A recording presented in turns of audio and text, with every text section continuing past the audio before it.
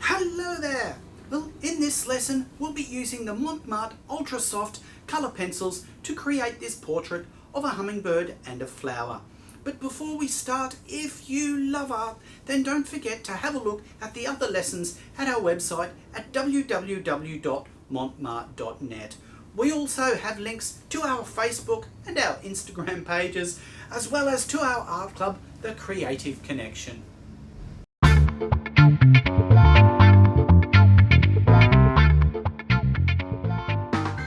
For stock, I'll be using a sheet of 180 GSM watercolour paper in A3 sizing. Although it's watercolour paper, it's ideal with colour pencils. For pencils, I'll be using the Ultra Soft colour pencils. These pencils have soft cores and can be blended and layered. I print out the PDF that can be found at our website in the TV category under the Hummingbird lesson. There is also a reference image. Begin by flipping the image over and shade the backside with a 6B pencil. Once the sheet is shaded, take a sheet of Montmart 180 GSM watercolour paper. This paper is textured on the front surface and smooth on the back side. This smooth side is the one we will be using for this project. Take the sheet shaded side down and retrace the image. Don't press too hard or you will cause indentations in the paper. We really just want light positional lines. We can now start to detail the important elements. I use a B pencil to do this. The eye is quite detailed and is pretty important, so I spend a bit of time to get it to look right. I add the cere and lay in the shadow, pupil and the highlight. I then lay in the outline of Mrs. Hummingbird so the lines don't get lost when I add colour. I then lay in those amazing little wings. Incidentally, a hummingbird's wings beat between 50 and 200 flaps per second. And then her cute little feet. In fact, the hummingbird cannot walk or hop, though their feet can be used to scoot sideways while they are perched. The last step is to lay in the tail feathers. Hummingbirds have brightly coloured tail feathers, and I lay in a bit of information for when I add the colour. The most important part is to lay in the central quill of each feather. I haven't laid in the outline of the flower as the hard edge will ruin the soft edge of the petals. I do detail the little ladybird though. We can then add some colour, and the first step will be to lay in a light base tone.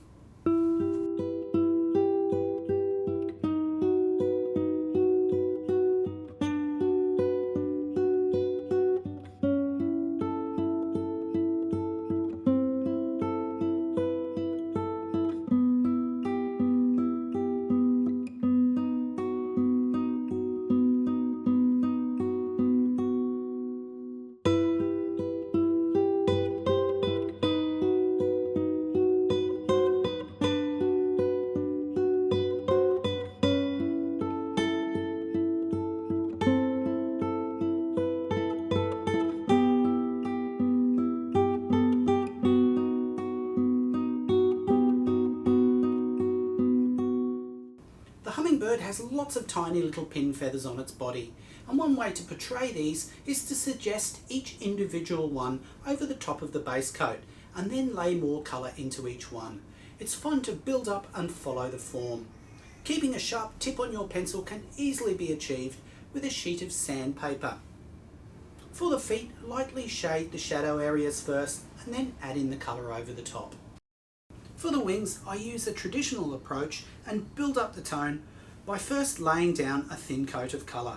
I use a brown for the shadow areas and an ochre for the lighter areas, and just keep building up the tone until I'm happy with the strength.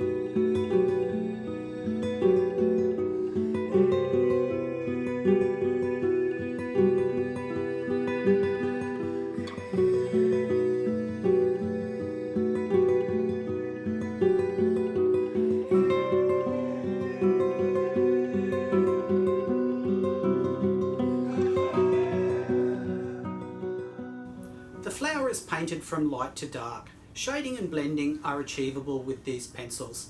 I just use pink, red and a touch of purple for the shadows, and white to lay over the top of the colour to burnish and lighten in spots where it's needed. Laying colours on top of one another can add a real glow to the tone. Burnishing with the white can mute the tone and make it more believable, and it aids in amalgamating the colours also. Hummingbirds and flowers have a relationship that goes back millions of years. Hummingbirds have no sense of smell but very keen eyesight, so certain flowers that are more reliant on hummingbirds for pollination have evolved to be very colourful.